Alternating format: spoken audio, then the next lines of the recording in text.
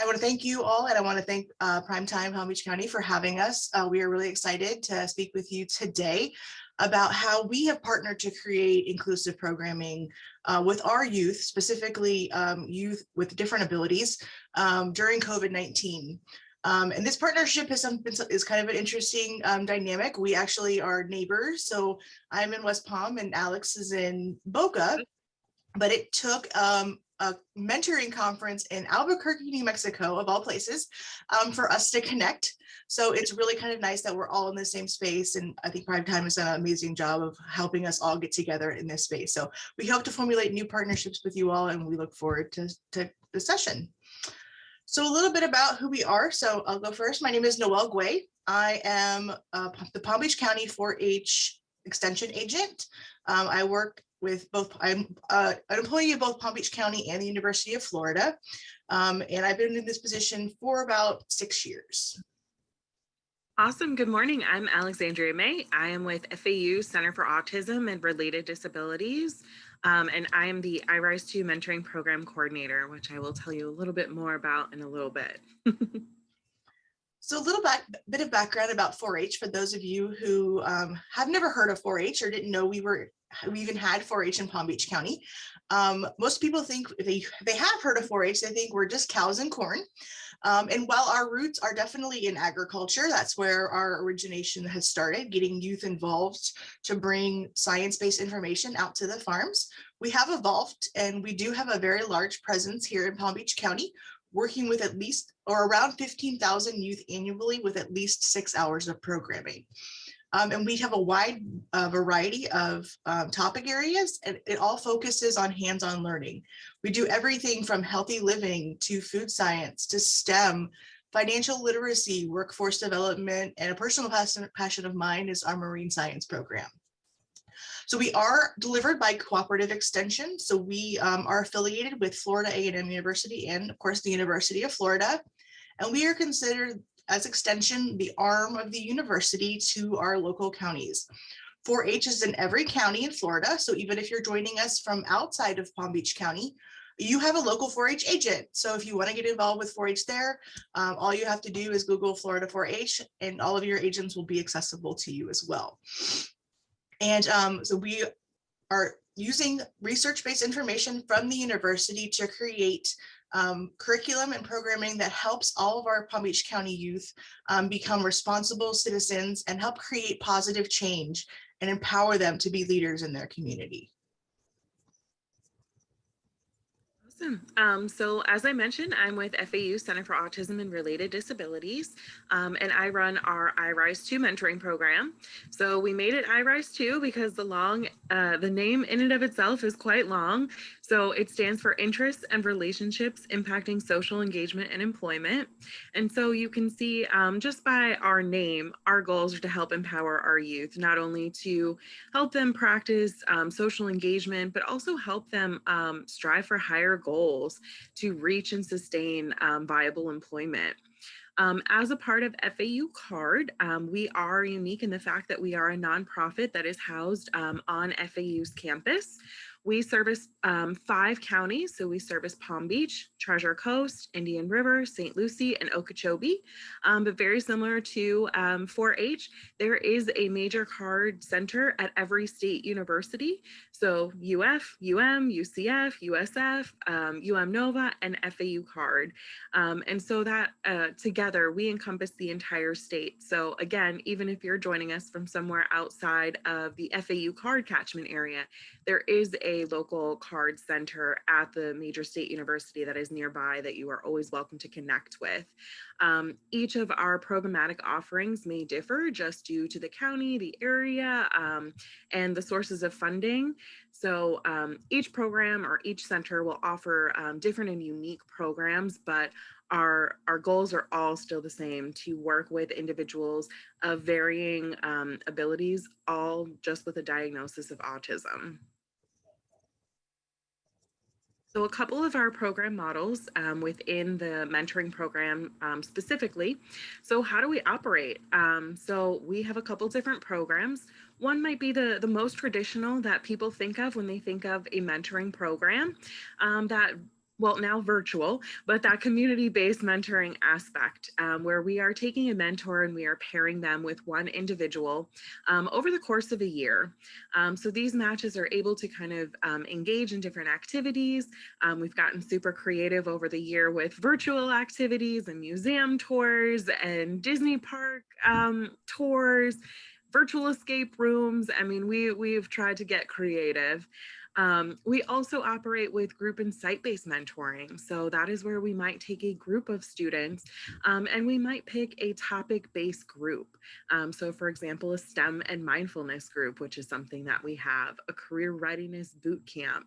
So kind of taking lots of areas of topics that our youth are interested in and creating a group-based mentoring kind of group out of that.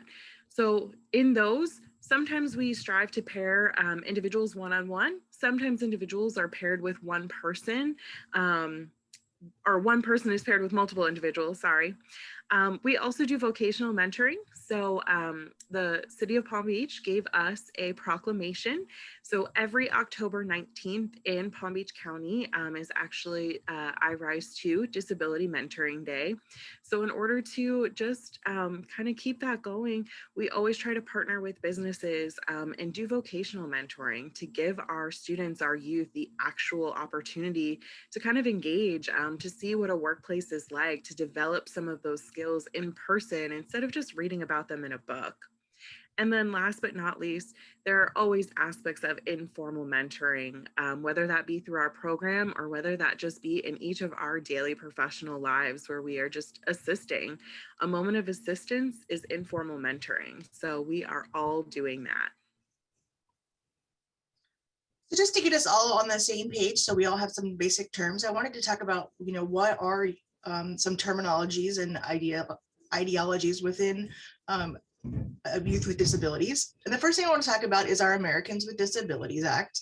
So this is a federal law that protects the rights of individuals with disabilities to ensure that they have the same level of accessibility to programming that every neurotypical youth does as well. So if you are a government entity, you are mandated by the Americans with Disabilities Act to make sure that you're including and accommodating youth with all abilities in your programming. We also want to make sure that as after-school educators and facilitators, that we are using individual first language. So we don't say autistic kids, we say youth on the autism spectrum, or a child on the autism spectrum, or a child with autism, or a child with a hearing impairment. So we always want to use that individual language first, because our kids are more than just their disability or their specific typical nature. We really want to make sure that we're talking about them individually. And there are different types of disabilities. So a lot of us will initially gear towards physical disabilities when we think of blindness or someone in a wheelchair, but there's also developmental disabilities and intellectual disabilities. And each individual, regardless of their disability, even if they have the same disability, may not be identical in their needs. So when we're incorporating youth into the program, we want to make sure that we understand and we take the time to know a little bit about that individual and how we can best incorporate them in our programming. So sometimes it seems a little overwhelming. So how am I going to be an expert in every single aspect of disabilities? But really, it's about that individual, and a little bit of conversation goes a long way to make sure that we're really including all of our youth in the most productive way, to make sure that we're maximizing our efforts to make sure that they're getting the same experience, the same contacts and information to help them grow and thrive as well. So what does the research say? So participation in out-of-school activities is associated with positive physical, psychological, and social outcomes for both youth with disabilities and without.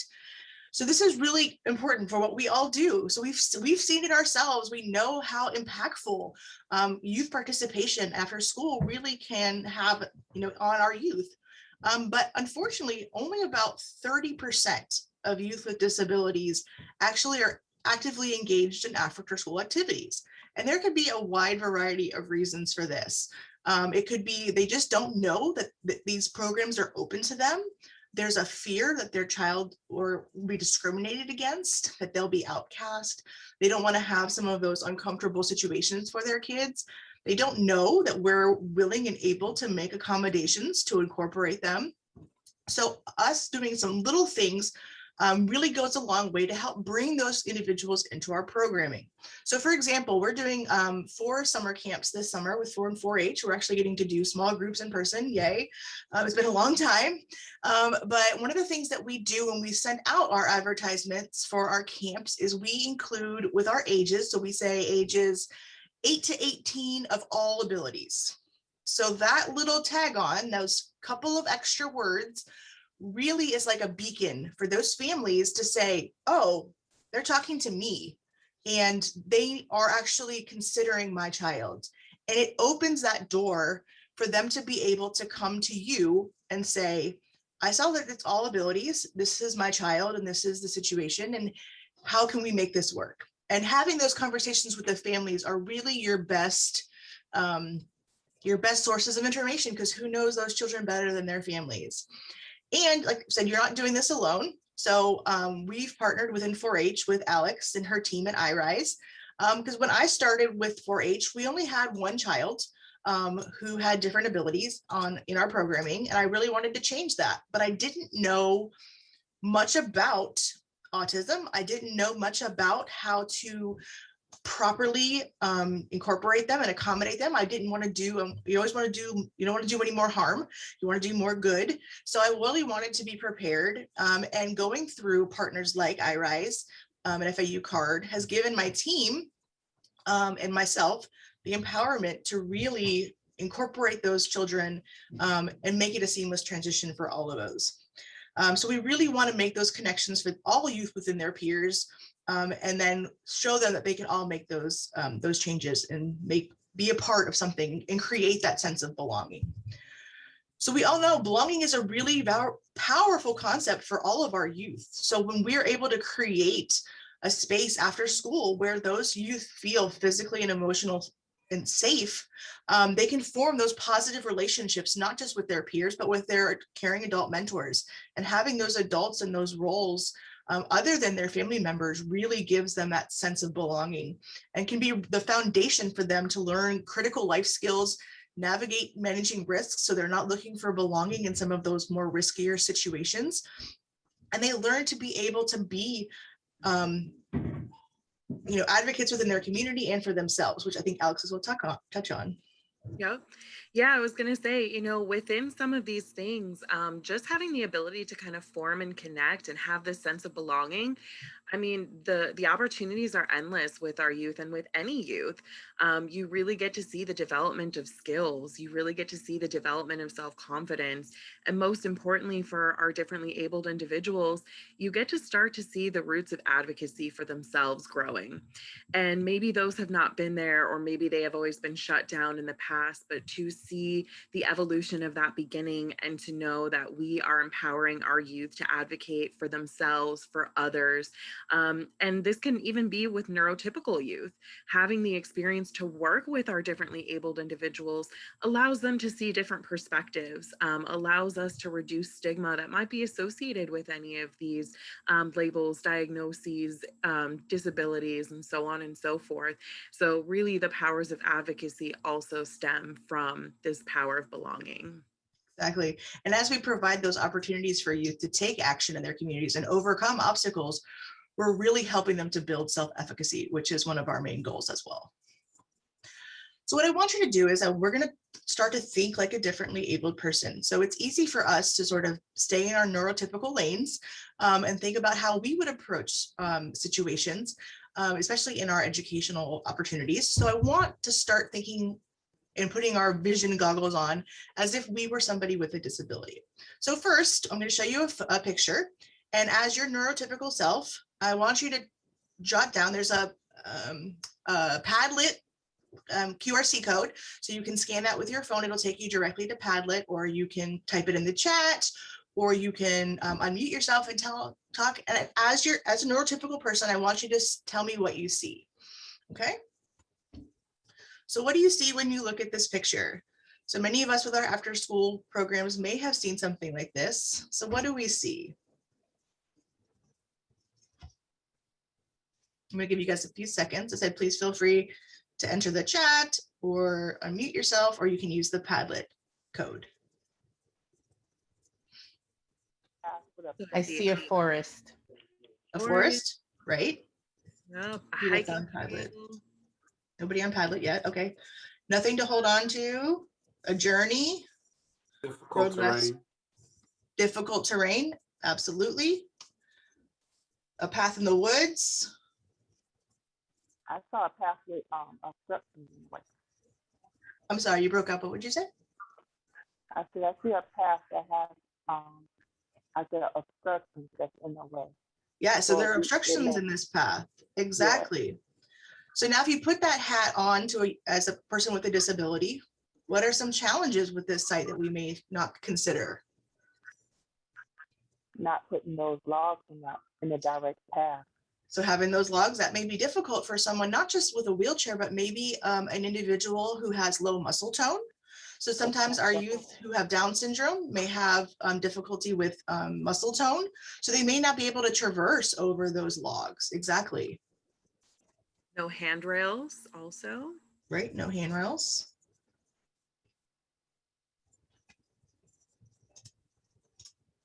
Right, so some other things to consider is we don't see where this path takes us. So once we round that curve, we don't know what we're going to walk into. So for some of our youth, that may be overwhelming for them. It's also kind of dark, so there could be temperature changes, which some of our youth may be very susceptible to or very in tune with, that may make this journey uncomfortable. It's also, we have a lot of plant life that's in the path. So we have some youth who are very sensitive to touch. So if they come across an abrasive leaf or a branch, that might be very overwhelming for them if they hit that as they're walking that path. And we also have some youth who may not have the ability to take care of their bodily functions quite as longly as some of us. So if we don't have a space where facilities and restrooms nearby, that could cause problems as well. And just a little bit of a fear of the unknown. If they're not used to this particular type of terrain or environment, it could become very overwhelming with the temperatures, the sights, the sounds. So if you have things ruffling, birds singing, squirrels running up a tree, any of those things that maybe some of our urban youth may not be so familiar with, this could really be a challenge for them. And we're not saying don't take them to this sort of location, because they can all benefit from this, but we really want to make sure that when we're thinking about the youth that we have in our program and what their needs are, that we're considering those obstacles before we get there. So we're being proactive versus reactive, and reassuring those kids that you may hear some new sounds. If you get cold or you're not sure of something, let me know and we'll partner you with somebody else, so you have that kind of connection, so you feel like you're not just walking this alone. So as I said, it's not like we want you not to do these things, but really we just want you to kind of consider what a differently abled youth in your program might see versus how we see things. And as after school practitioners, you are always welcome to utilize social stories. A lot of times that helps prepare our youth for what this experience might be like. Perhaps we let them know that we are going on a hiking trail, and we might be able to provide some pictures of the site beforehand, or kind of help go to just walking outside and kind of practicing. So always, there are always ways to kind of allow our youth a little bit of advance notice so that they can prepare themselves and maybe even anticipate obstacles for themselves. So identifying barriers is one thing that we can do as educators in our after school programs to help us make sure that we are prepared to make sure all of our youth can participate in a positive manner. So for us, one of the things that we obviously all are dealing with is COVID-19. And one of the things that we looked at when we were talking about our youth, especially our youth with this on the spectrum, was how do we keep them connected? How do we maintain their interest and their belonging in a virtual setting? So that was a barrier for us. So we had to actively address that particular barrier. And that's something we'll talk about how we did and how you can replicate that in a little bit. But there's also barriers due to accommodation. So if you are a federal building, you may have the correct, or hopefully have the correct accommodation for your facilities with stairs, but it also can be surfaces and space, and barriers due to disability. So do you have someone that you can call if you end up having a youth who is deaf to translate during a particular event? You have youth with low motor skills. Maybe you need to adapt some exercises or some activities that you do to help maybe build them some additional muscle tone, or that you can accommodate that activity and maybe adapt it a little bit differently, so all those youth can participate. No one's left on the sidelines. So what does this mean for you? So as after-school educators, we all really play this integral role in producing those positive outcomes for our communities. We're really that baseline, and we really can work in small ways to make the participation of our youth with disabilities increase in our programs. And keep in mind that all youth, regardless of their capabilities, need to be involved. And it really helps them, again, build that self-efficacy, build that self-advocacy. And it really doesn't just benefit them, but it also benefits our youth that do not have a disability.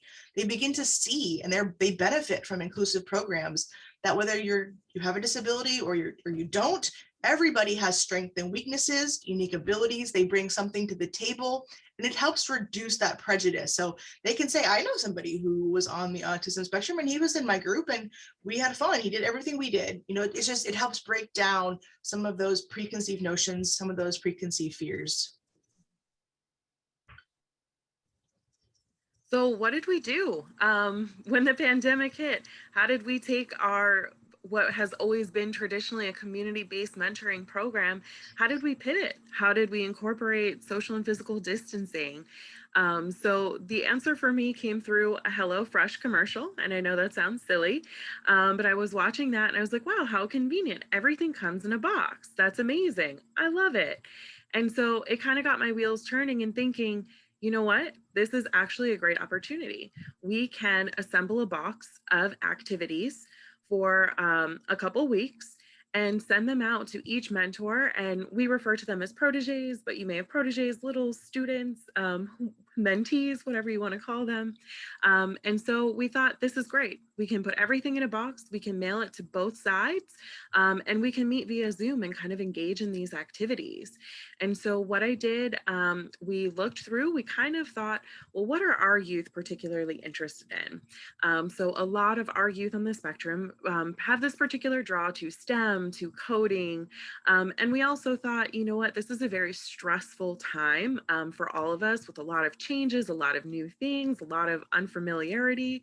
So we wanted to incorporate mindfulness as well, just to kind of have that balance to allow students or our youth to just engage in something different that may allow them to kind of calm down, emotionally regulate.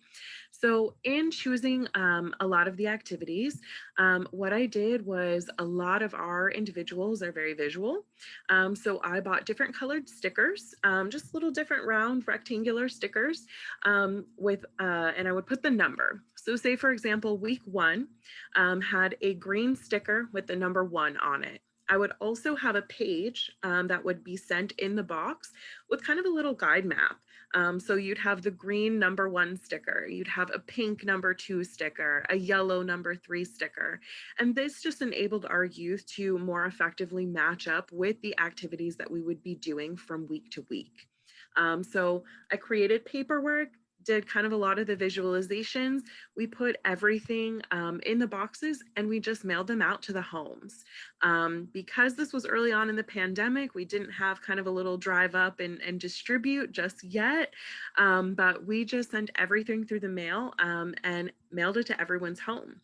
And so we thought, well, what are some other ways that we can incorporate other organizations, other youth? And so it was just a natural fit for Noelle and I to connect again and to kind of incorporate a lot of what they are doing.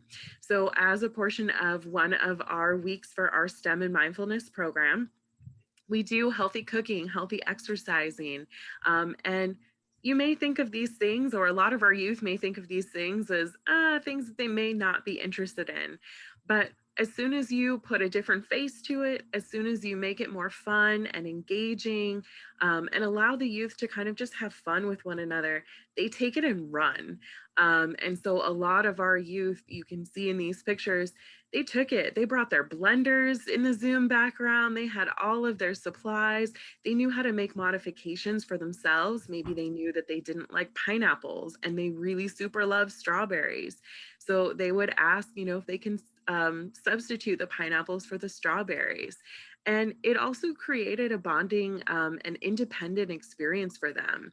They were able to kind of take something from start to finish and assemble it. And this is an independent living skill for a lot of our youth, kind of being able to brainstorm, what are the ingredients that I need? How does it all get put together?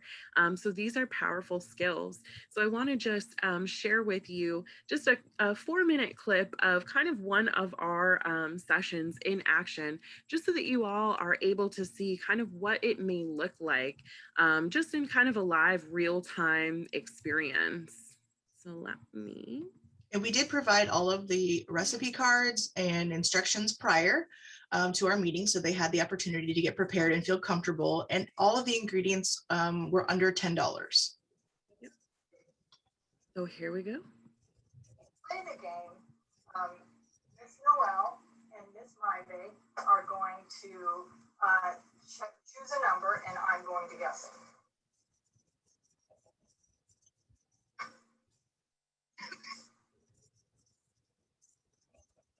So this is our high-low game.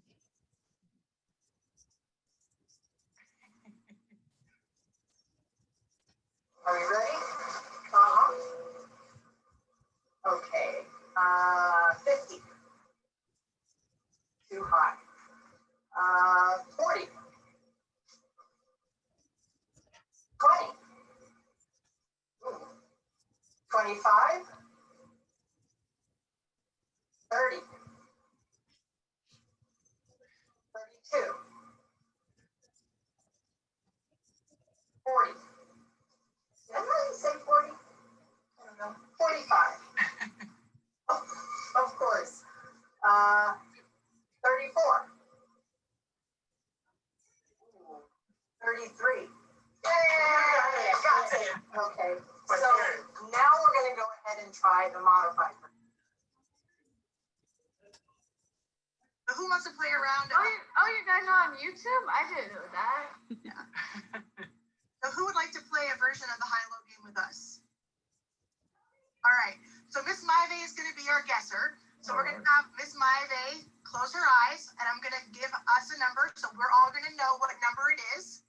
And when Miss Myve comes back, she's going to guess, and if her guess is too high, we're going to jump. And if her guess is too low, we're going to squat. Are we ready? One question.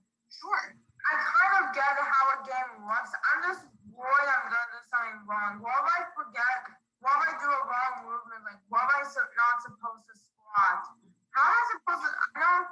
So when I do squat, exactly when I do like jump. So Okay. When you go high. That's a really good question. So say our number is number 8. That's just an example. And say Miss Myve guesses number 10. So her guess is too high. So 10 is higher than 8. So we're going to jump up and be like, that's too high. And if she guesses 6, that's too low. So we're going to squat. So whenever the number is too low, we squat. Whenever it's too high, we jump. Okay. You got it. All right. All right. Miss Myve is going to close her eyes and show everyone a number. You see it? 22? Okay. I think. Don't tell her. All right. Miss Myve.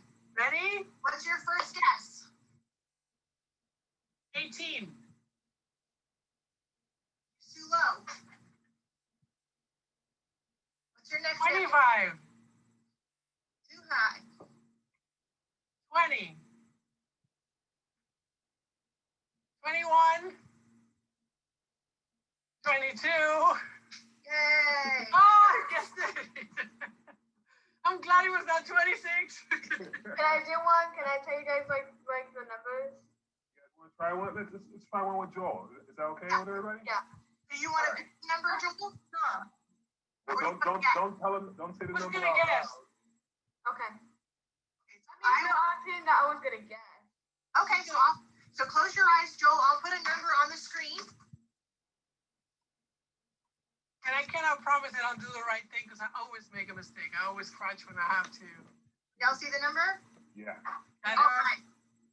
All right, ready, Joel? This is between 1 and 50. 42.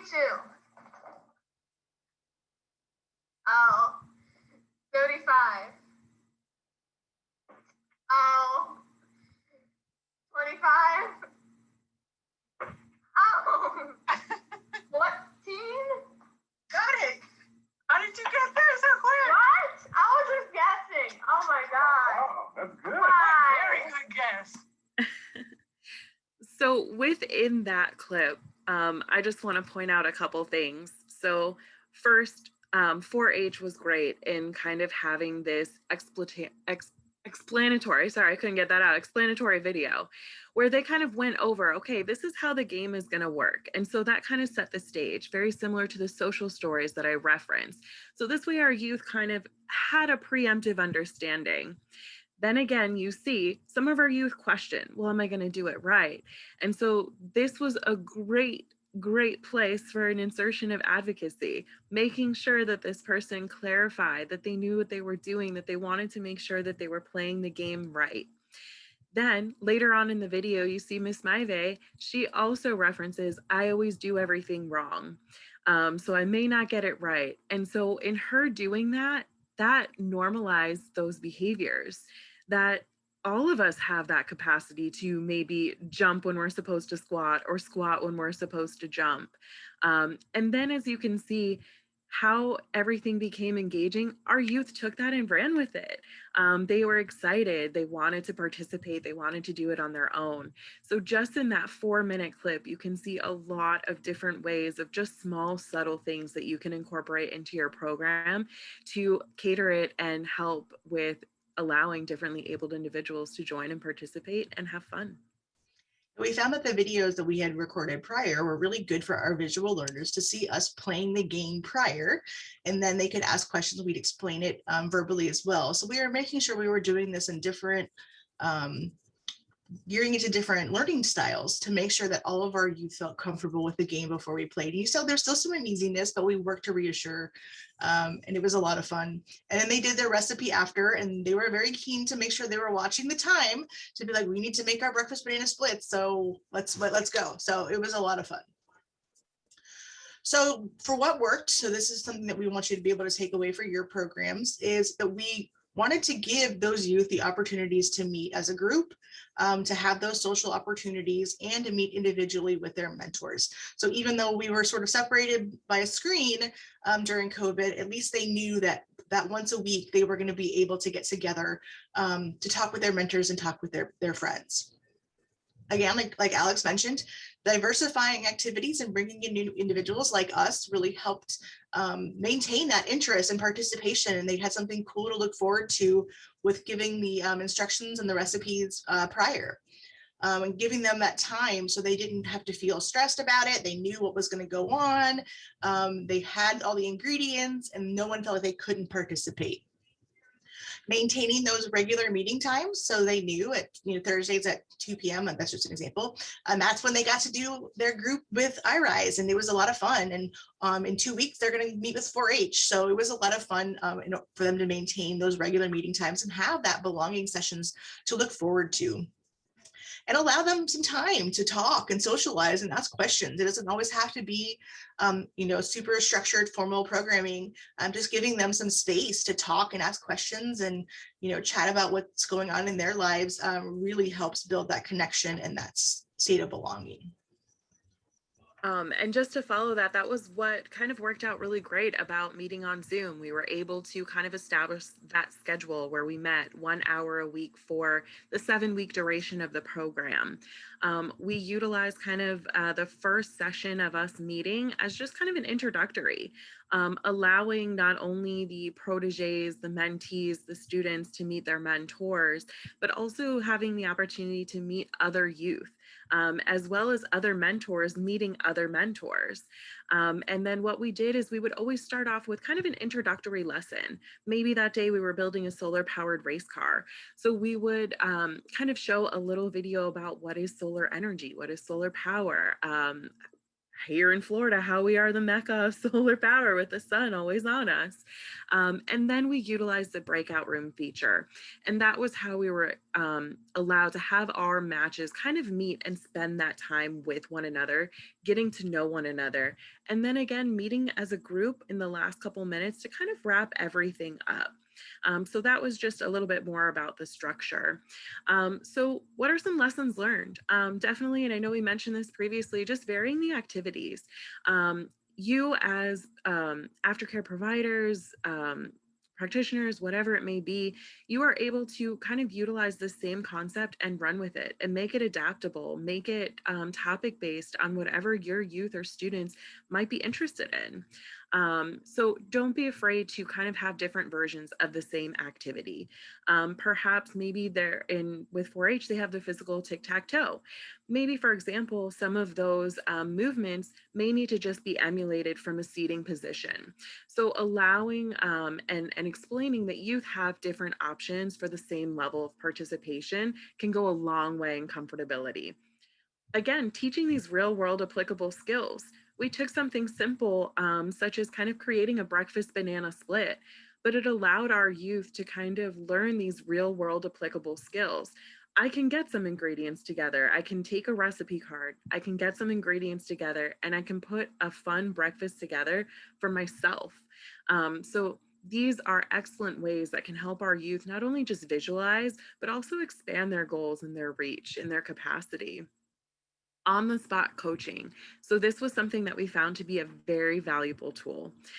We as staff are always in the sessions, the weekly sessions, and we kind of jump in and out of the breakout rooms just to kind of check in with our matches, see if there's any questions, and we're able to provide that on-the-spot coaching.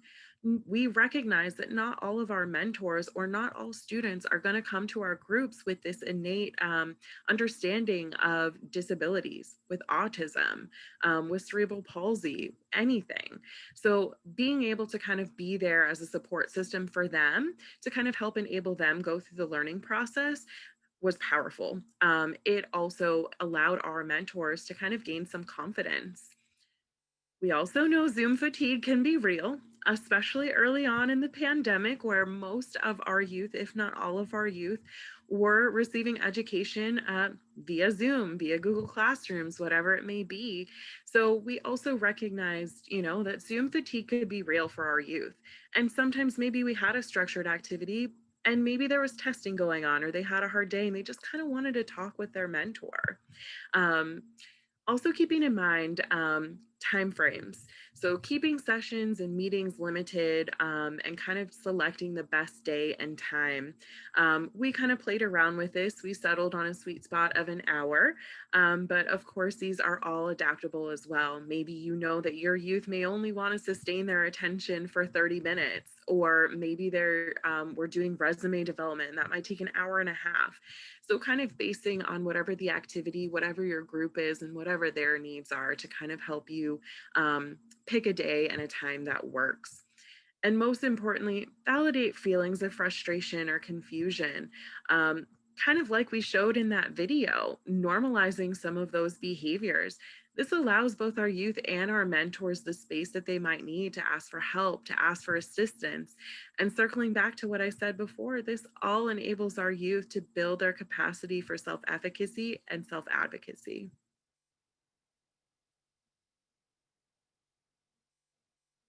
You're muted, Noelle.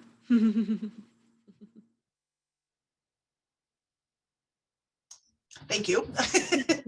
Again, see, we all make mistakes. Zoom is real. So what does this mean for you? What can you do? So just by being here and actively showing an interest that you want to include youth with all abilities is a great step. And just, I want you to feel that you don't have to do this alone. There are resources out there, including FAU Card and IRISE, that will help train and empower yourselves and your volunteers and your staff to feel comfortable to actively engage families of youth with different abilities and include them in your programming. And understanding those differences between inclusion, diversity, equity, and access really will help you when you're formulating your program plan to be inclusive of more youth with different abilities. And then again, feel free to partner with us, linking together, change the conversation, map those boundaries, boost mentoring and sponsoring, and go deeper. And like just said, being here is one step. And I said, there's a little bit goes a long way. So some questions to ask. So take a look at your program demographics. Who's reflected in your program? Who is left out? How do you get access to those participants that maybe are not in your program? We find that using a trusted source is great. We always want to build trust with our families. So by going through like IRISE, we were able to connect. We were able to have IRISE say, hey, 4-H is a great opportunity. We've worked with them and your kids have worked with them informally. So that level of trust from a trusted source really goes a long way with helping you recruiting and including new youth in your programming. And again, looking, as we were talking about this prior to the session, we have so many resources in Palm Beach County, and we're so fortunate in that manner. And we're so lucky that Primetime has brought us all together. So what opportunities exist for you to partner and to expand participation?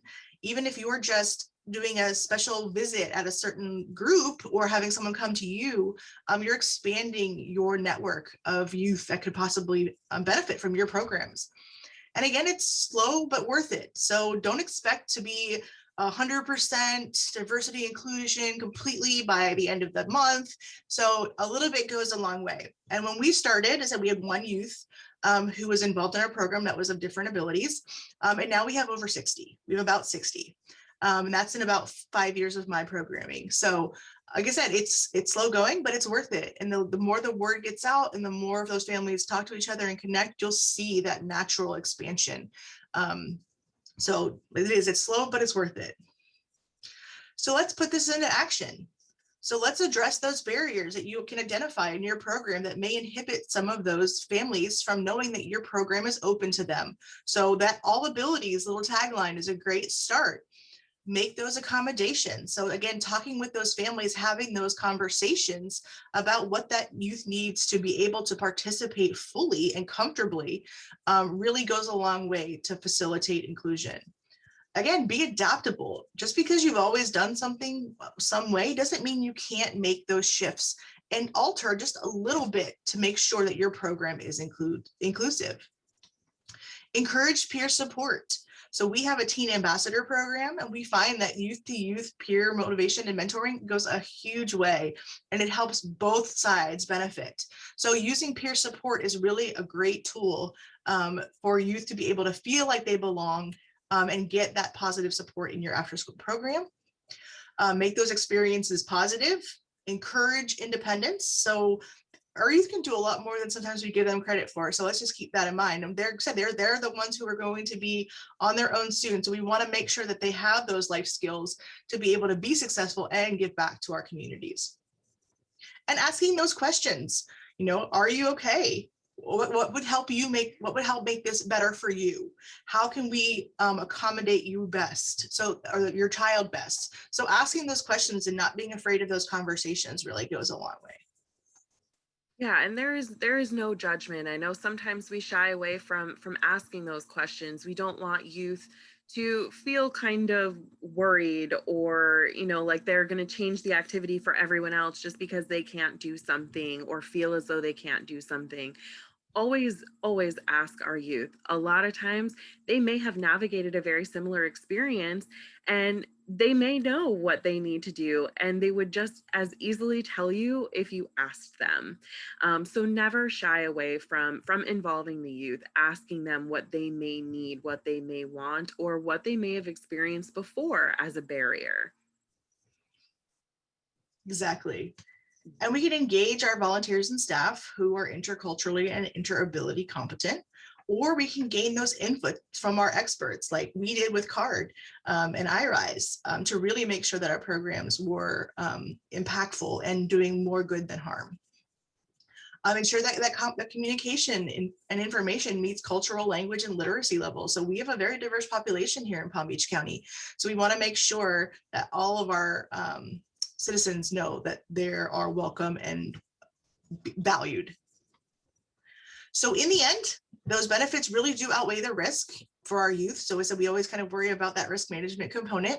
But with those simple questions, those conversations, those youth can be involved in a safe way and gain those exact positive attributes that all of our other youth from our after school programs get as well. That self-esteem, that independence, and that self-advocacy.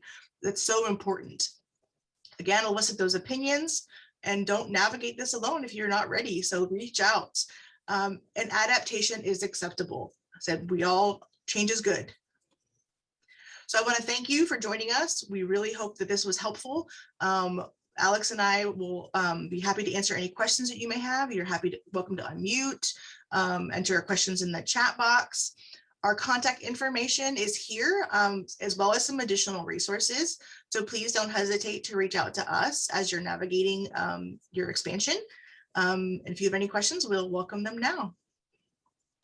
Thank you very much, Noelle and Alex. Wonderful, wonderful information. So there are a couple of questions that are in the chat here in Zoom.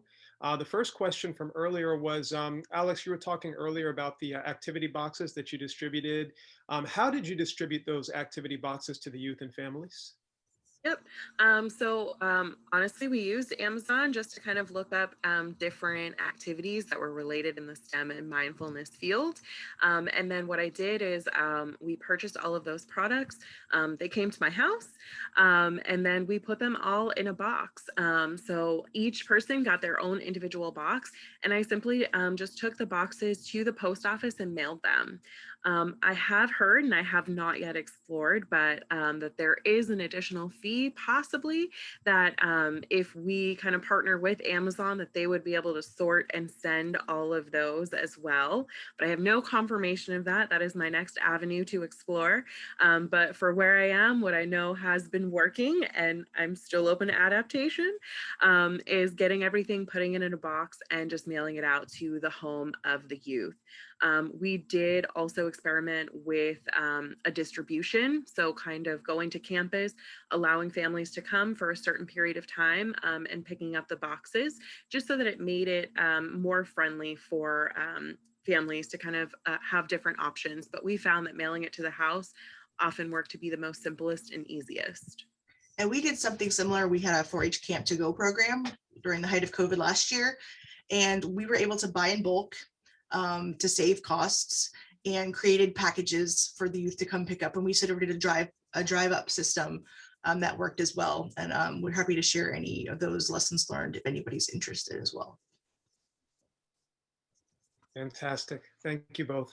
And I see the comment, our youth loved getting the stuff at home. A lot of times our kids may not get that big box in the mail, or it doesn't come until a holiday or a birthday. So seeing their name on the box, we got lots of videos from when they would first just get the box and open it. And so those were exciting as well. Thank you again, guys. In the WOVA app, if you guys were interested in watching their PowerPoint presentation for yourself, you will be able to find it on the left side where it says documents. There is an area where their presentation has been shared for you guys to see. All right, and I see there's another question as well in the chat here. How can youth get involved with 4-H? Oh, that's a great question. So if you're interested in your organization getting involved with 4-H, you can just reach out to me. We'll talk about what you're looking for specifically. We can provide topic-specific programming. So we are a small staff, so we're only a staff of 5. So typically what we do is provide materials, the curriculum. We can help train your staff. We can even facilitate some activities with your staff to get them, prepped and comfortable. And then we can go that route. And everything from the power of wind to marine science to art around the world, any of those things, we have a lot of curriculum that we can share. If you're looking for your individual child, you can visit our website.